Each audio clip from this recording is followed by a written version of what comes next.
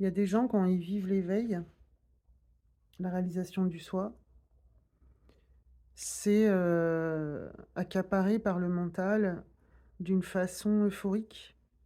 C'est, un immense soulagement dans l'amour, la paix, le calme. Heu, il n'y a personne, j'ai pas de choix, c'est super, c'est la grande libération, tout est pris en charge et tout ça. Il y en a pour qui ce volume de l'exaltation, entre guillemets «positive» va très loin, va dans les euphories, mystiques.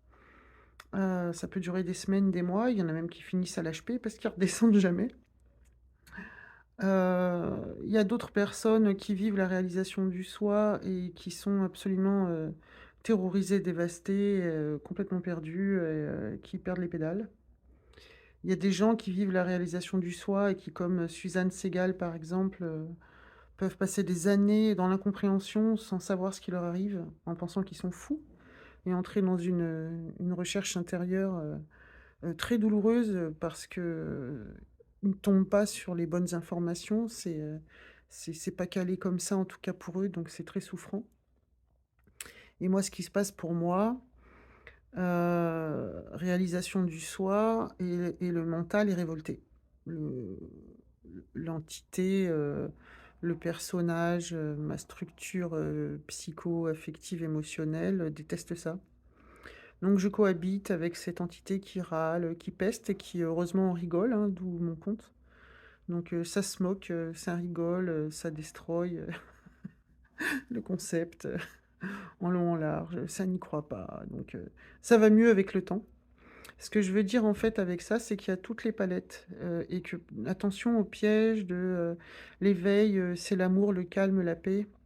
Non, l'éveil, c'est une conscientisation, c'est une prise de conscience et le le la réalité de ce que nous sommes est quelque chose de complètement neutre. Il y en a qui appellent ça l'amour, mais si c'est de l'amour exalté, est-ce que c'est pas quelque chose de repris par le mental? Puisque moi, mon mental, il est pas content de vivre ça alors que c'est vu. Donc effectivement, le silence neutre, la totalité, l'unité que je suis est neutre, mais le la voix, mentale qui se balade au sein de ce truc-là, qui s'appelle, Elvira, qui continue de s'effilocher, elle aime pas ça, hein. Donc il y a tous les prismes en fait, toutes les réalités, toutes les possibilités et ça peut être parfois compliqué, je le vois avec les gens que j'ai en séance, de projeter, fantasmer, l'amour, la paix, le calme et de penser que ça n'est que ça. La paix, le calme et tout ça, c'est ce qu'il y a en amont en fait. Moi, mon perso est pas content de vivre ça.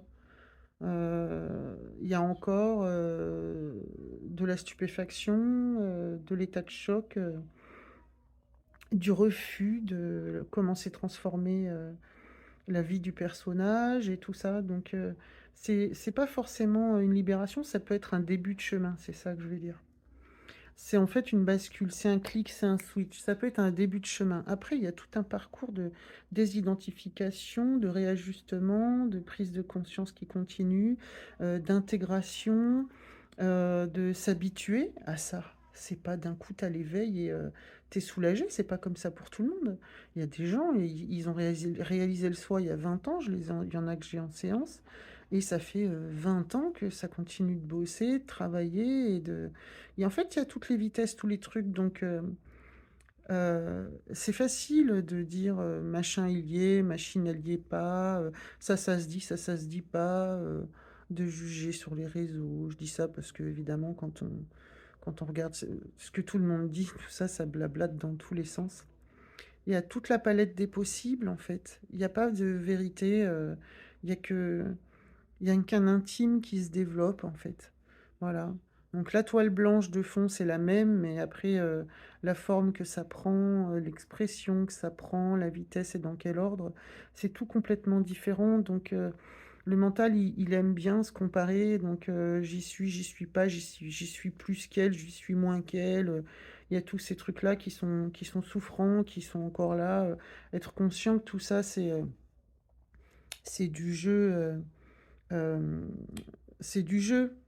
C'est, être conscient que tout ça, C'est la danse du vivant, c'est la multiplicité, c'est-à-dire que le un, il n'existe et s'expérimente lui-même que par la différenciation et les multiples et toutes les couleurs. Voilà, et c'est beau et c'est rigolo. Heu, on n'est pas obligé de souffrir de sa différence. Elle est amusante, la différence. C'est ça que je voulais dire.